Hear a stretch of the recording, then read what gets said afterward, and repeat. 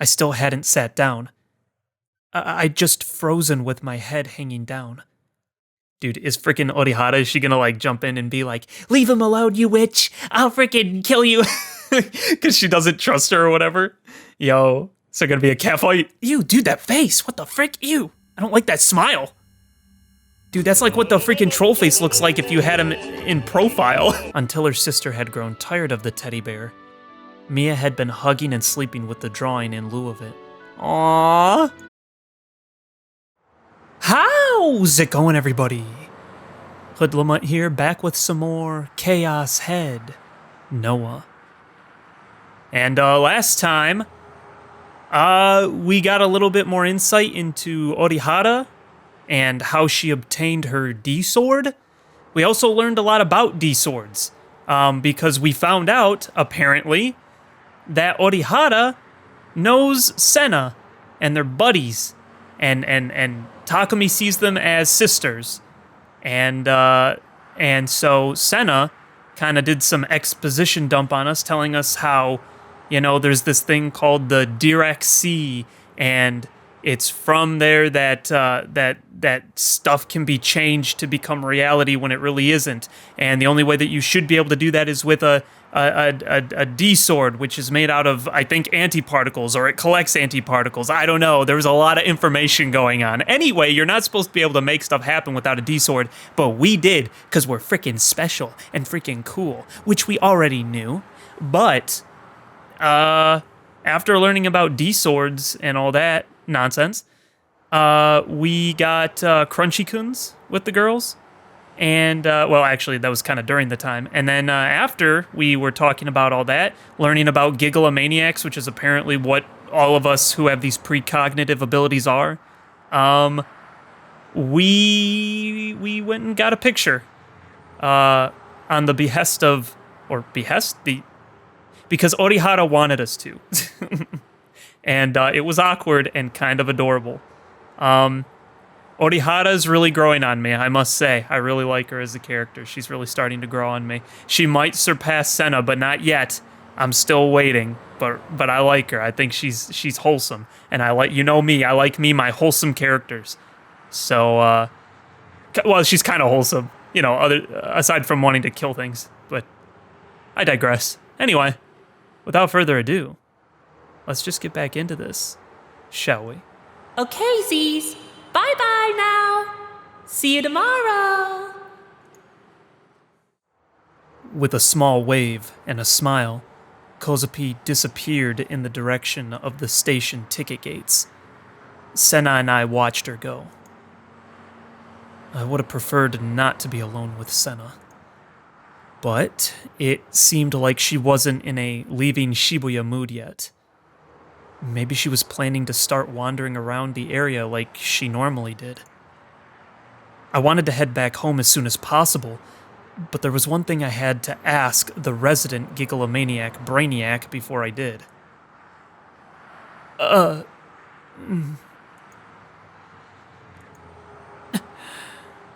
Even when I tried talking to her, the stern expression remained on her face.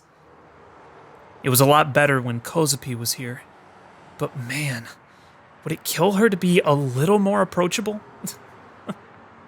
I assumed she'd heard me, so while my heart might have been beating out of my chest, I asked the question anyway. Kozapi's inner voice thing. It's a Gigalomaniac ability, right? I didn't expect her to answer me. I expected her to just hit me with a condescending heh and just leave it at that. Senna glanced at me once more, then shifted her eyes toward the Jumbotron resting above the scramble crossing. Her inner voice is a delusion, so to speak, she replied. Kozue is just sending it to someone else's dead spots.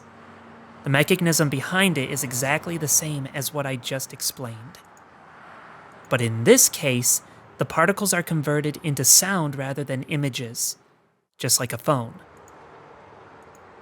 And then, As Kozue sent the delusion of her inner voice to you, she and you established mutual recognition. It seems like you're talking telepathically, but in reality, it's not like that at all. If that's true, how did my inner voice reach Kozapi? I hadn't sent any delusions to Kozapi's dead spots. So, if what Senna was saying was true, it should have only been a one-way conversation starring Kozapi. And yet, despite that, we'd had a conversation with just our inner voices. Several, even. Gigalomaniacs can make other people see their delusions. Kozue's ability is particularly strong. You can think of it like this. Those subjected to a discharged delusion are practically forced to see it. See delusions? Was such a thing possible? I definitely couldn't do that. And if I couldn't, then I probably wasn't actually a Gigalomaniac. Suddenly, Senna looked farther away from me, her gaze shifting from the Jumbotron to the crowds of people walking through the Scramble Crossing. All those who have become Gigalomaniacs broke at some point in their lives. Broke? What do you mean? Their minds. Interesting. Before Kozue came to Tokyo, she was hunted down by them, and her mind was shattered. And so, Senna began to tell me about what Kozapi had experienced before she'd transferred schools. She began by saying that she had seen it as an image, one that she'd witnessed back when she first met Kozapi. Oh boy, are we getting a flashback? Oh no. Ever since she was a little girl, Kozue had possessed a peculiar ability to view the minds of others. Despite this affliction, Kozue managed to live a somewhat peaceful life by approaching her power in her own way, hiding it from others. Her change had begun with mirrors. Upon entering high school, Kozue began to see her reflection in mirrors more and more frequently throughout her daily life. At first, she believed it was only coincidence. It would only occur about twice a day. Wait, is that not normal? Are they trying to say that seeing yourself in a mirror isn't normal? But as time went by, the frequency gradually increased. Kozapi would encounter people holding mirrors more than 10 times in a single day. None of these encounters were particularly suspect. Just people passing her by on the street holding a mirror, or a classmate fixing her makeup in the bathroom. However, regardless of whether these occurrences were mere coincidence or indeed intentional, Kozue would almost always see her own reflection in the mirrors. Eventually, all of those who held the mirrors began to make noises akin to suppressed laughter. In their minds, they called out to Kozue with the words, "Who are you?" In the classroom, on campus, en route to school, while shopping, everywhere Kozue went, these people would appear. It was not a specific person perpetrating it. It was a different person every time. But, in Kozue's eyes, anyone who possessed a mirror began to look suspicious. Anyone who would suppress their laughter around her began to look suspicious. Before long, even those without mirrors began to look suspicious, and Kozue began to face hallucinations in which they would all call out to her with, "Who are you?" She became nearly neurotic, and the voices present in the back of her head refused to leave. One day, Kozue mumbled something to herself in the mirror. Who are you? Upon saying those words, Kozawa felt an immense sense of fear. One that told her she truly did not know the answer. A girl with the same face as hers addressed her from the other side of the mirror. Who are you? Ever since that day, Kozawa could no longer speak, and she was unable to look at herself in the mirror. Even still, the question of, "Who are you?" would continue to assault her. She did not even know whose voice it was inside her head anymore. And due to another facet of her peculiar ability, much akin to a broken fax machine, Kozawa would receive the voices of other people indiscriminately, regardless of if she desired to or not. She herself had no say in the matter. And thus, Kozawa's mind was torn to shreds. One day in her second year of high school, Kozawa was cleaning the classroom at the end of the day. As she tidied up, 3 female classmates of hers, all with mirrors in hand, were whispering something among themselves. Mirrors, suppressed laughter. Then came the question, "Who are you?" Had it truly been the inner voice of one of her 3 classmates? Or had it just been a hallucination on Kozawa's part? It did not matter. The reflection in the mirror found its way to Kozawa's eyes, both of which were trembling with fear. For a moment, Kozawa's vision blurred. Had it been intentional? Or a coincidence? It did not matter. At that very moment, Kozawa's mind, after facing endless strain for well over a year, finally broke. The event accompanied by the sound of glass shattering. Upon realizing this, Kozawa shrieked. No, screamed from the deepest depths of her lungs. Out of the corner of her eye, Kozawa saw her D-sword and took hold of it for the very first time. And then proceeded to attack her 3 classmates. Oh, frick! The hands of the 3, each of which holding a mirror, were then severed by the real-booted D-sword in less than an instant.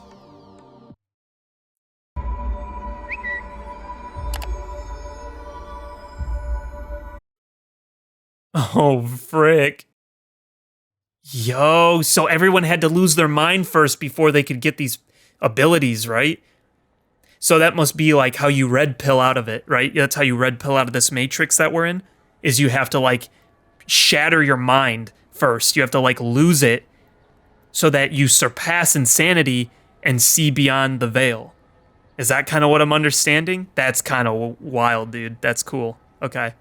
According to the minimum attendance chart, I didn't have to go to school today. But despite that, I was heading there anyway for one reason, and one reason only. To see Demi. No! I had no doubt that the DQNs in class would make fun of me, just like they always did. It would definitely suck. But if it meant I could see Demi, I could endure it. As I passed through the school gate, I thought back to yesterday. When we'd parted, Senna had made it a point to say something. If you continue down this path, whether you desire it or not, your consciousness must be strong enough to create positive from negative. If you don't, if you half-bake it, your delusions will devour you from within. Huh. I didn't want to get involved in anything that sounded dangerous, so I'd opted not to ask anything else. Besides, I still didn't know how far I'd have to go to get my hands on a D-sword. I was no hero. Just a useless piece of crap that couldn't even protect his own sister. But it was also possible that Shogun could show up again. He seemed to be playing with me like it was some kind of game after all. Maybe he'd feel like sending me on another quest soon. Just the thought alone terrified me. I'd tried to grasp my D-sword, but even that was just to protect myself from him. Without that sword, how could I ever hope to escape his evil clutches? Maybe if Demi was by my side, like she said she would be. But she'd been absent from school lately, which worried me. What if she'd been taken hostage, just like Nanami? Was there anyone out there who could help me? Apparently Orihara, because she took down those guys, right? Or that's what it seemed like. I think I thought she was the one that did it, but it seemed like maybe it could still be us. I can't remember. There might have been something that said for sure, but I might be forgetting that. They would have to be someone with a D-sword. Ayase couldn't because she was injured. Senna definitely wouldn't. And Kozapi was a bit... No, she was fairly weird. But she's wholesome, kind of. My head looking squarely at the floor, I entered the classroom. Before taking my seat, I took a quick look around. I looked toward Demi's seat first. Empty. Was she taking today off too? Was it really that simple? Was she really just taking time off? I began to feel anxious. I wanted to see her. I wanted to see that cheerful face. Next, I looked over at Kozapi's desk. Oh. She was in her seat, face down and huddled up. I was reminded of what Senna had told me yesterday. It now made sense why Kozapi was always like that. Morning, Takumi-san. Morning, Kozapi. I didn't make eye contact, but I greeted her with my inner voice. The female DQNs were watching me, smirking. Jerks. It was no different than yesterday. They'd all already labeled me as that otaku freak who said he was a psychic and made a freak of himself on TV. And that label wasn't going away anytime soon. The male DQNs didn't seem to have arrived yet. It was pretty common for them to skip first period, and that was fine by me. I took my seat.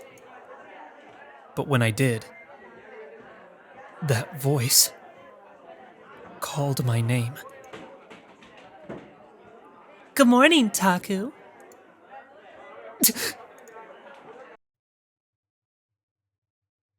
Shocked, I looked up in a panic, and there she stood, right in front of my very eyes. Demi? Oh, dude. Ah, man, this sucks. See, and the thing is, again, I still don't know. Do I trust her or do I not? Because I think Shogun's good, but she also wants to erase me. And she's obviously an agent, but I don't understand why. Like, I don't freaking know, dude. With a hint of shyness, she gave me a short wave. Long time no see. Me. It wasn't an illusion. There was a definite presence. She was breathing. Her hair was rustling. She was blinking. She was right there. She was right here. I felt a twinge in the back of my nose, a tightness squeezed within my chest. I felt like I was going to cry. I still hadn't sat down. I'd just frozen with my head hanging down. Dude, is freaking Orihara, is she gonna like jump in and be like, "Leave him alone, you witch! I'll freaking kill you!" Because she doesn't trust her or whatever? Yo, is there gonna be a catfight? I was so happy. I'd gotten to see her again. Hey. Taku, what's wrong? Are you crying? I frantically shook my head. If my DQN classmates found I was crying, they'd start making fun of me all over again. I told myself that I couldn't cry, but the tears kept flowing. Oh, I get it now. You're just that happy to see me again, aren't you? Just kidding.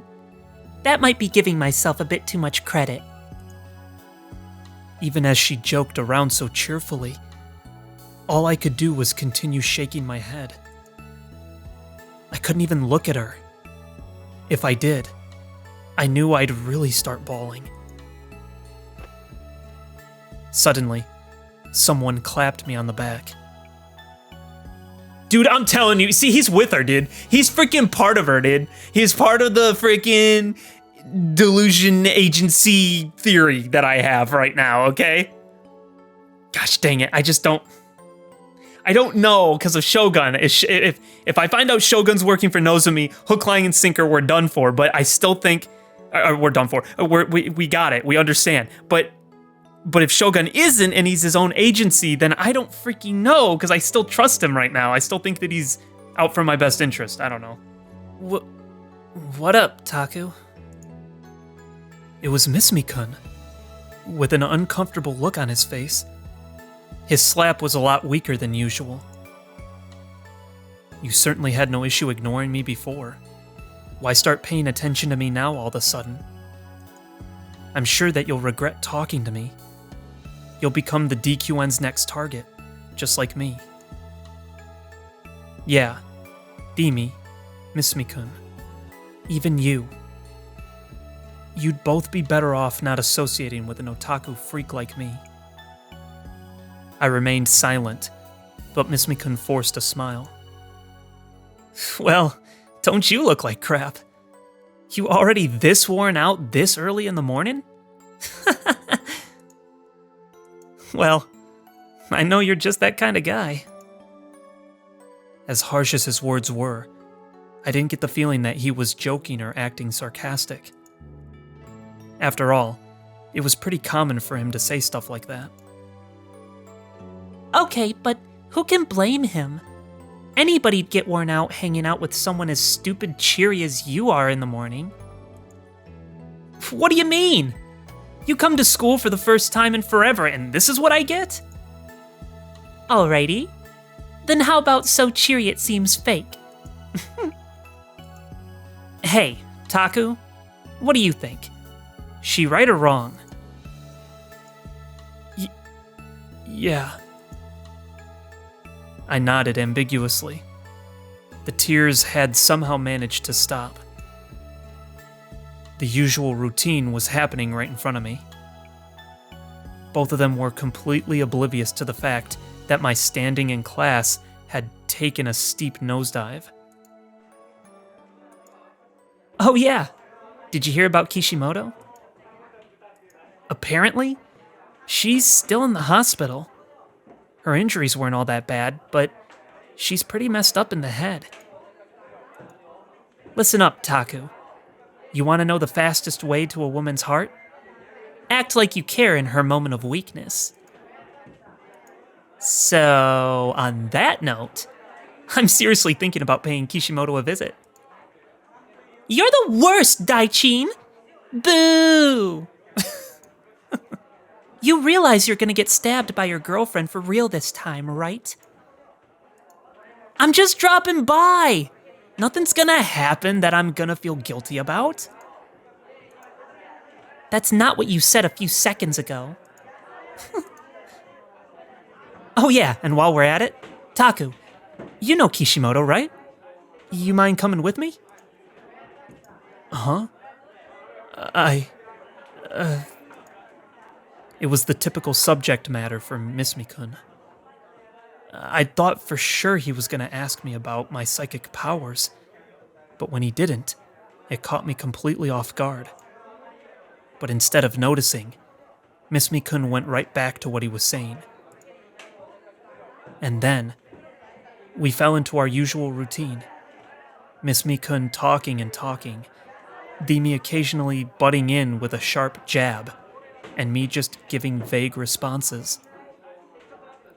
And the fact that it was no different than usual made me happy.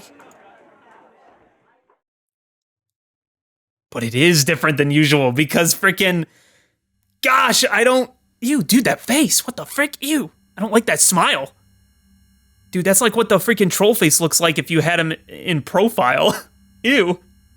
Anyway, I don't trust, it's like, it's not normal though, you know? Ah, gosh, dang it.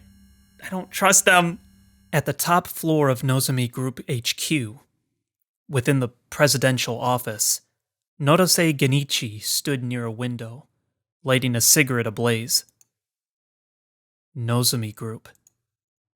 An enormous corporate group with abundant subsidiaries.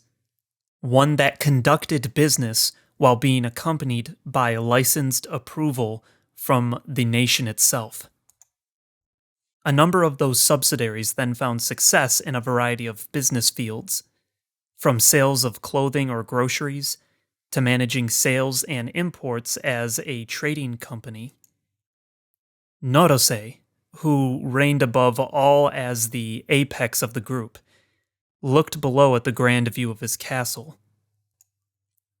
His conscious mind, however, was not gazing upon the scenery before him. Repeatedly tapping his foot against the floor in agitation, his lips curled in a sneer. Goodness gracious. Old men are such a trifling inconvenience. Don't you agree? They're much too cowardly. Though one could say my rise this far is attributed to their inadequacy. As useful as they are, I am more than fed up with their every interruption for every single trivial this or that. Alas, the reality is that the Committee of 300's influence must not be underestimated. However, it won't be long. The system will soon collapse upon itself, and the ruling structure of the world will be swiftly rearranged. Do you look forward to it? As do I. Copious lengths of time have been spent to reach this point. The conception of Project Noah is already in excess of 5 years ago. Norose approached his personal desk. The solid desk of natural oak contained few ornaments of any note, adorned only with items one might find in a typical office setting. At the table's edge, however, a single conspicuous object casually lay. Norose grasped the green, strangely designed character in his hand. Upon giving it a single, disinterested glance, he promptly discarded it in the waste bin. Is it a freaking ghetto froggy? Now then. His narrowed eyes turned to the dim room's interior. The rear of the room, where the moonlight could not reach, housed the slightest hint of another person. And to think you were a Gigalomaniac all along. It seems even God has aligned himself as my ally. You will allow me to have your sample. Whatever is the matter? You have not a thing to fear.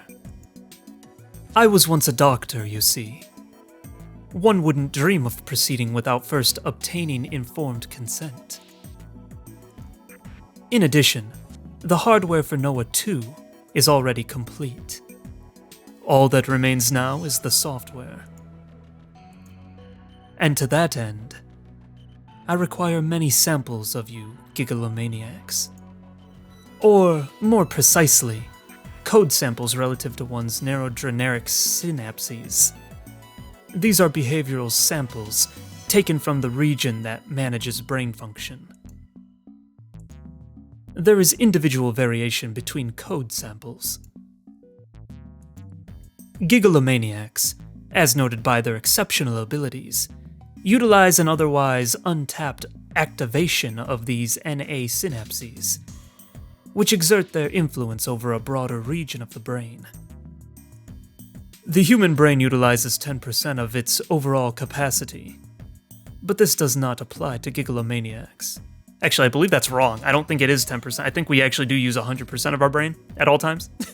Or like, you know, at most times it's like always like right around there, I think.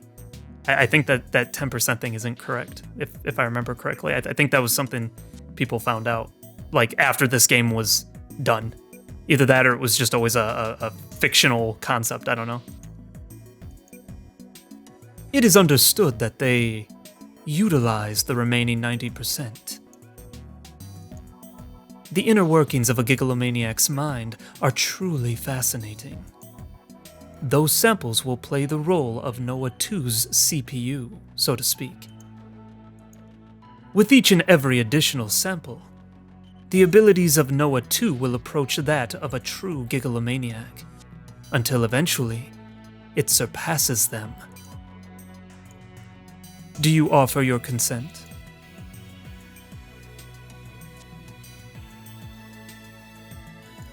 Brilliant. Norose nodded in satisfaction, exhaling a cloud of smoke as he returned his view to the scenery beyond the window. Upon viewing it up close, the Shibuyan nightscape was the essence of vulgarity itself, leaving Norose solely with feelings of discomfort. His persistent belief of this remote location, however, was that it was more than adequate. Nevertheless, it would not be long before this nightscape would be a sight never to be seen again. The final experiment of his Project Noah would make sure of that. The day is nigh, for the world to be born anew. Huh, I had a feeling it was a ghetto froggy, yup. What the frick, bro? Does the ghetto frog does that mean something? Is it part of all this? Also, he's getting rid of Shibuya? What does that mean? What does it mean? I don't know. It was lunch break. I usually skipped lunch. I had no one to eat with, and I didn't want to eat alone in the classroom. Recently, Demi had started asking me to eat with her, but since I was me, I would always get embarrassed and refuse in the end.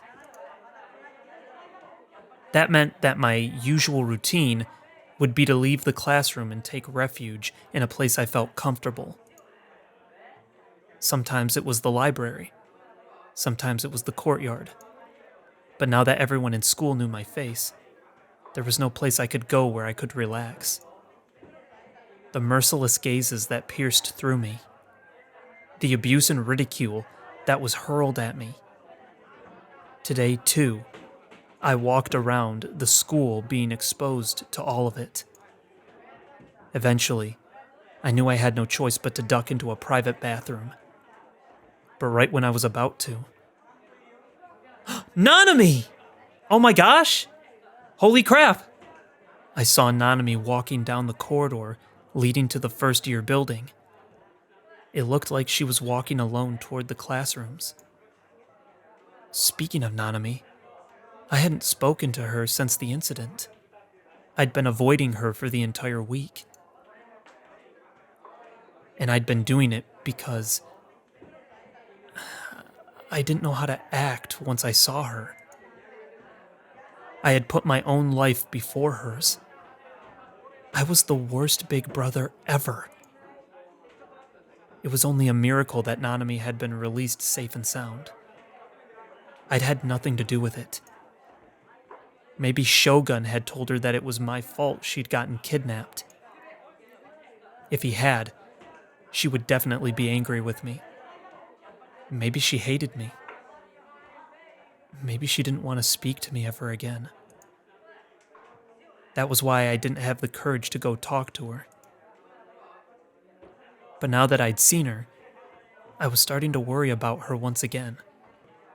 Even after everything. I wondered if I had truly wronged her. I wondered if she had been injured. I wondered if she had been hurt mentally.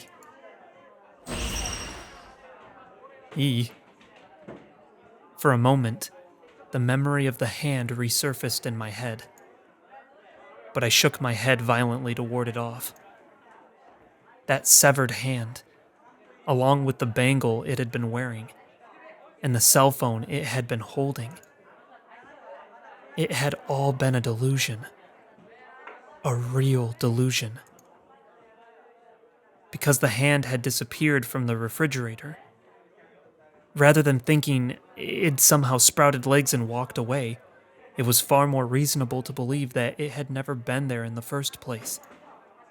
The fact that Nanami was alive and well was proof of that. Before I knew it, I had broken into a run. I was chasing after Nanami. Her figure got bigger and bigger as I approached her. She hadn't noticed me yet. As she walked, she played with her hair with the fingertips of her right hand. Yo, is she gonna not know who we are? As I ran, I started to call out to her. On her right hand, the hand that was playing with her hair, the sleeve of her uniform ever so slightly slipped down. Suddenly, I was hit with a strange feeling, and I choked back the sound I was about to make. Oh, wait, is that a bandage? Yo, what?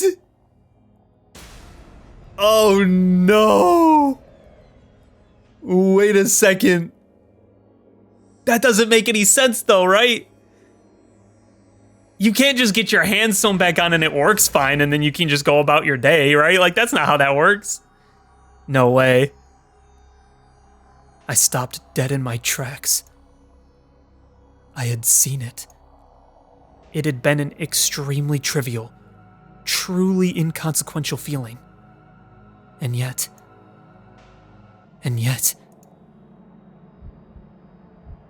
white. It was white. As if trying to conceal something. A white bandage was wrapped around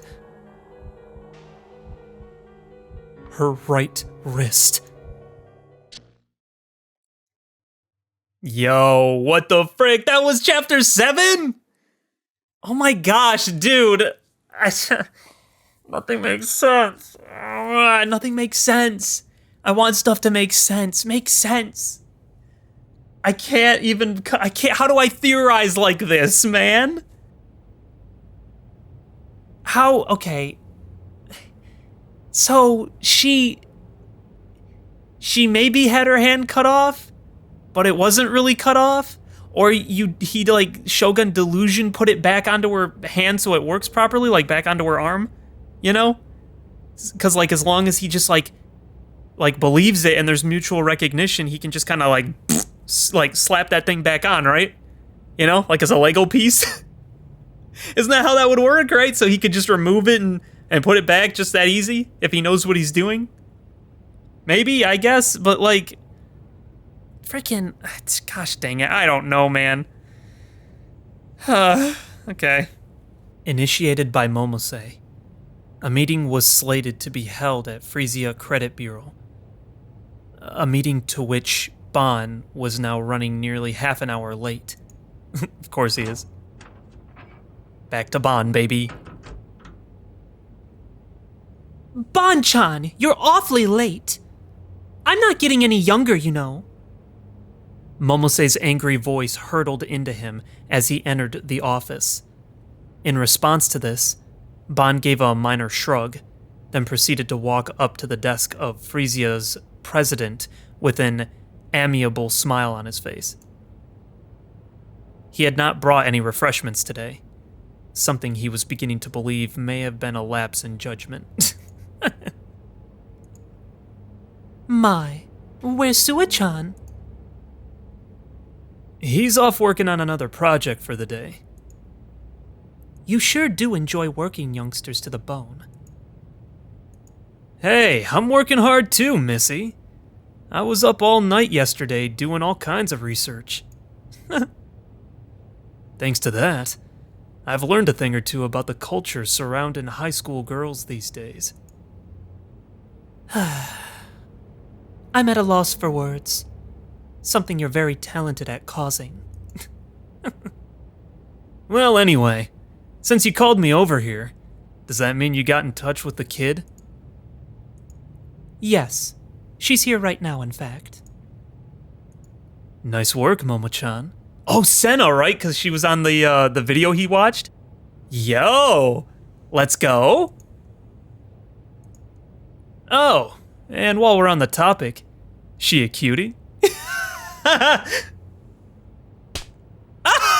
Yeah! Freaking smacked him. Oh my gosh. Momose promptly smacked Bon over the head, stopping his opportunistic grin in its tracks. The sheer speed with which she had turned her wrist made the slap especially fierce. That's enough stupidity out of your mouth for one day, you old lech.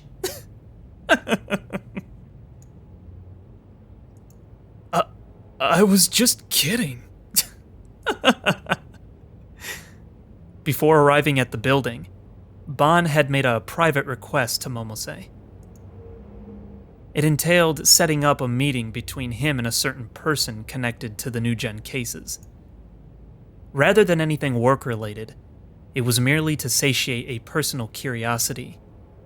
He was not planning on talking about anything related to the new gen investigations for the time being. And, due to his position, Bon could not simply meet with the person on his own, else he would risk drawing the ire of the detectives he was getting ahead of. Momose urged Bon over to a corner of the office. It was a fairly cramped space, almost all of which was already taken up by shelves packed full of files. The location was used as a reception area of sorts, and a pair of love seats had been wedged into the only place they could fit. Bon entered the section after Momose, and his eyes landed upon a lone girl sitting in one of the love seats. The girl was wearing a Suimei Academy uniform. Her head and shoulders were curved toward the ground, and she looked incredibly haggard. Haggard? That sounds more like Yua. Wait a minute. Sorry to make you wait, dear. Oh, it is Yua. Okay. Interesting. All right. Yeah, I thought it would have been Senna, but yeah, no, haggard does not describe Senna, so I had a feeling it might be Yua. The girl looked up in startlement upon hearing Momose. In the process, her glasses had slipped down her nose a bit, leading her to swiftly readjust them with her finger. Oh, not at all. I don't mind. When she saw Bon, her expression turned slightly fearful, before bowing her head in greeting a moment later. Bon felt somewhat hurt by this. He had made every attempt to look as non-threatening as possible in both bearing and appearance, but the girl's reaction made him realize that, despite his best efforts, the ferocity and intimidation particular to detectives was seeping out all the same. Looks like I've still got a lot more practice to do, he thought with bitter amusement as he sat across from Yua. Kusunoki Yua-san, right?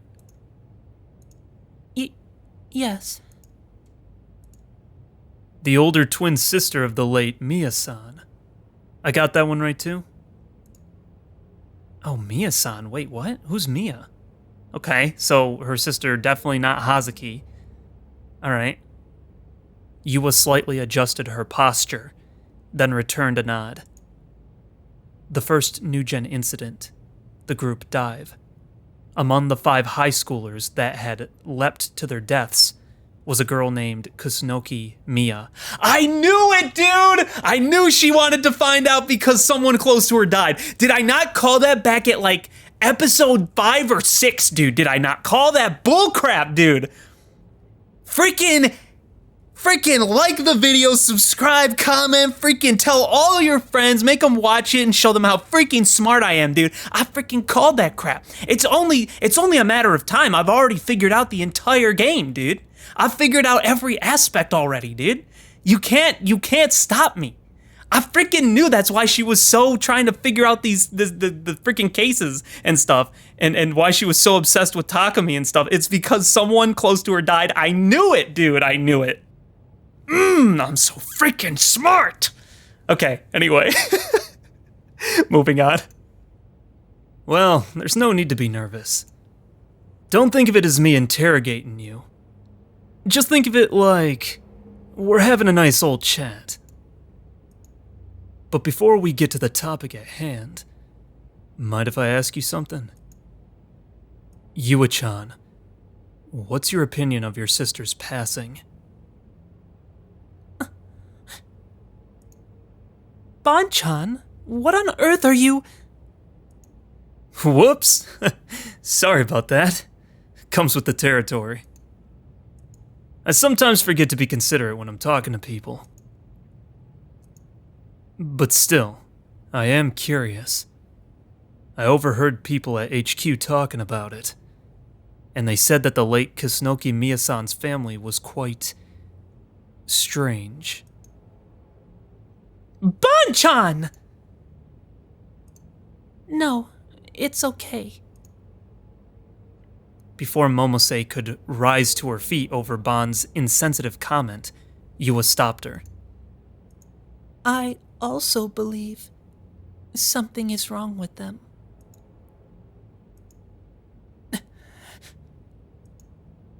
The 5 that jumped off the roof in the group dive had no reason to commit suicide. Their friends and family all insisted that. But Miya-san's family was different. Bon took out his fan from his belt and began cooling himself. I've been told that they were the only ones who weren't adamantly against the idea, that they'd accepted it just like that. In fact, they said so little, it was almost bizarre. Why do you think that is? After Miya-chan died, both Mom and Dad snapped. Anguish seeped from Yua's voice. On the day we heard about Miya-chan, they cried and cried. Mom and Dad seemed absolutely heartbroken. And yet, the very next morning, for some reason I can't understand, they were smiling. Happily. It was as if they'd gone right back to how they were before Miya-chan died.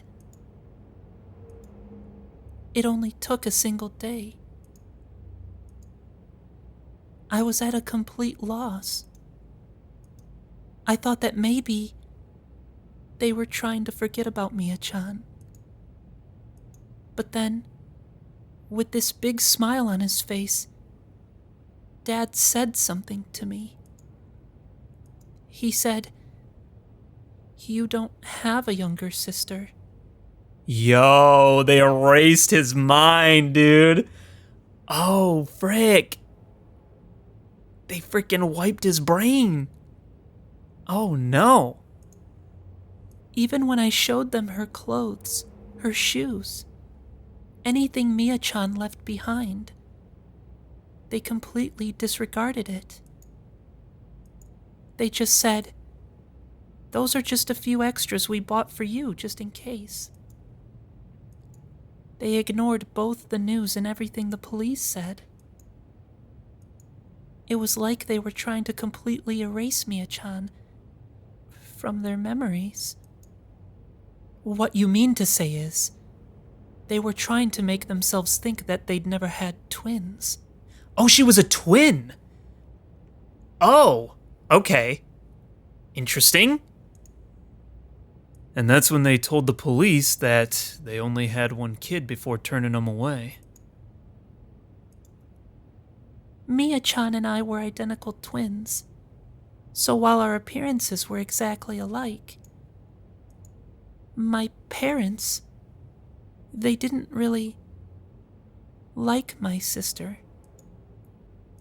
And yet, she always kept her feelings secret. And she always put me before herself.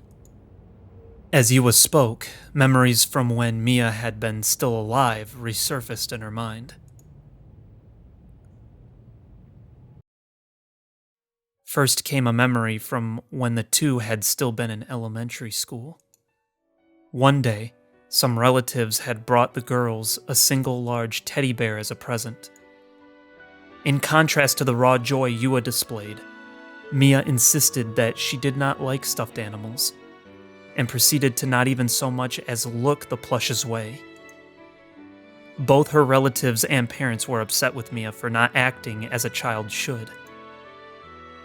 But despite Mia's protesting, Yua whispered to her that the two of them could share it, that it could be something that they could both treasure. However, in response to her sister's kindness, Mia simply said that she did not want it, and that Yua could have it. About a month later, when Yua had grown tired of the teddy bear, she woke up in the night and happened to witness a certain scene. Aww. With an incredibly joyful look on her face, Mia was hugging and talking to the bear plushie. That was the first time Yua had ever seen her sister so happy. And from this, she realized that her sister's insistence about disliking stuffed animals had been a lie. Mia had been keeping her own feelings hidden, all for the sake of her older sister.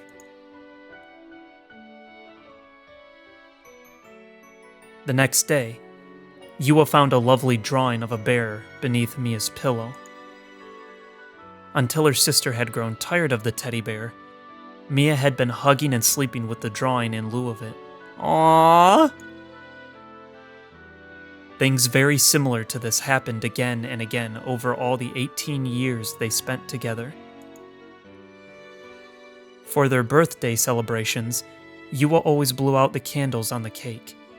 But when Mia was prompted to do it, she would say, "I refuse to do something so ridiculous," angering her parents. Yua advanced to the private high school Sueme Academy. Mia, meanwhile, had been misbehaving at school, deliberately scoring low on exams, and therefore moved on to a public high school. Due to the exorbitant fees, their parents would have only been able to afford to send one of them to a private school. Dude, oh my gosh.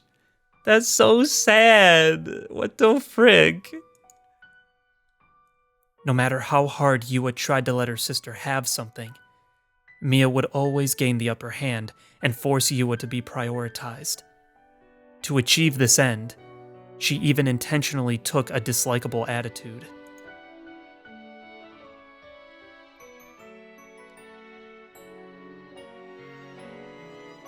To the very end, I took advantage of Mia-chan's kindness.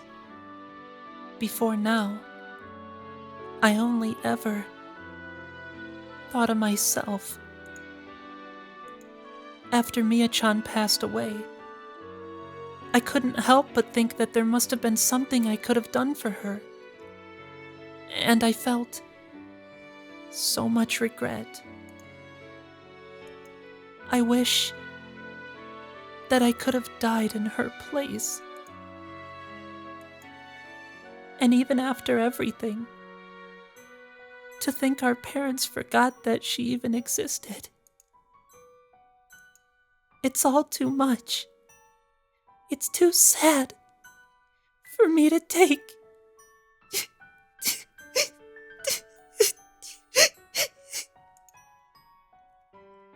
Yua, having now reached her limit, could no longer squeeze out any more words.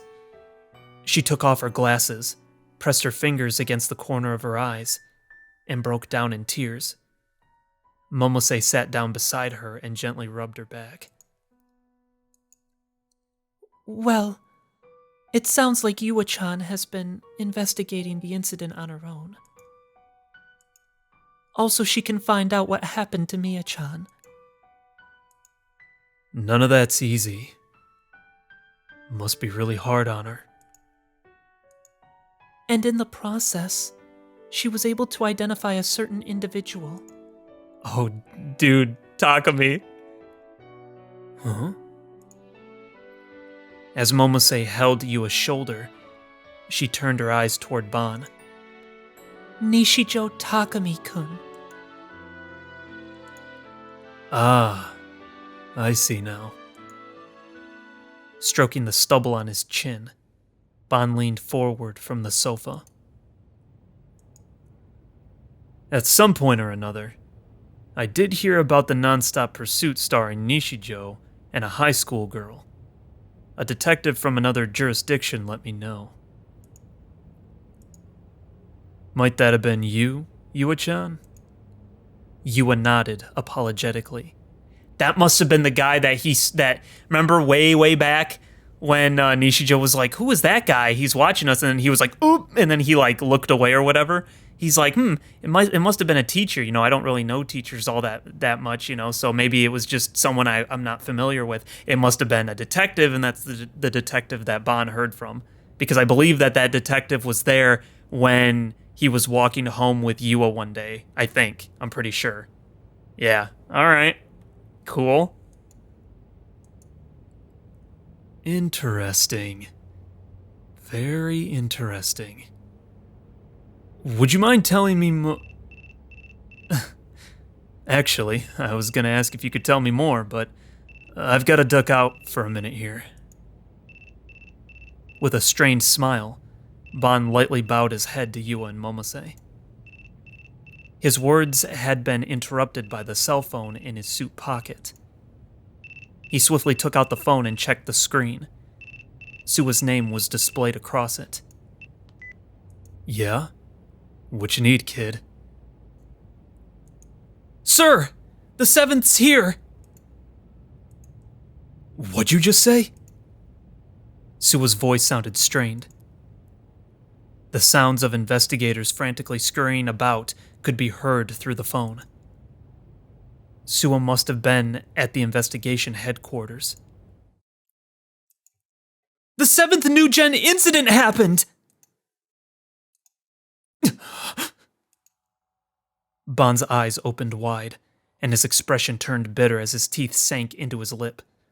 Sensing the seriousness of the situation from his behavior, Momose and Yua watched the detective with unease. 3 Vicks! Apparently they were buddies. All 3 were sliced in half at the torso. Oh, frick, that's the guys that Orihara killed, isn't it? Oh, no. Uh-oh. Okay. Their upper and lower halves were then swapped around, and then using synthetic fiber. Well, fishing line, to be specific. The mismatched halves were sewn together. Well, wait, we didn't do that. Wait, that never happened, so... Did it? Did Nishijo just not notice that, or...? No, I think Takumi didn't notice that, if it was there. So either he didn't notice it, or something else happened there. Huh. Okay. They also had wounds on their foreheads in the shape of the letters Q, D, and N.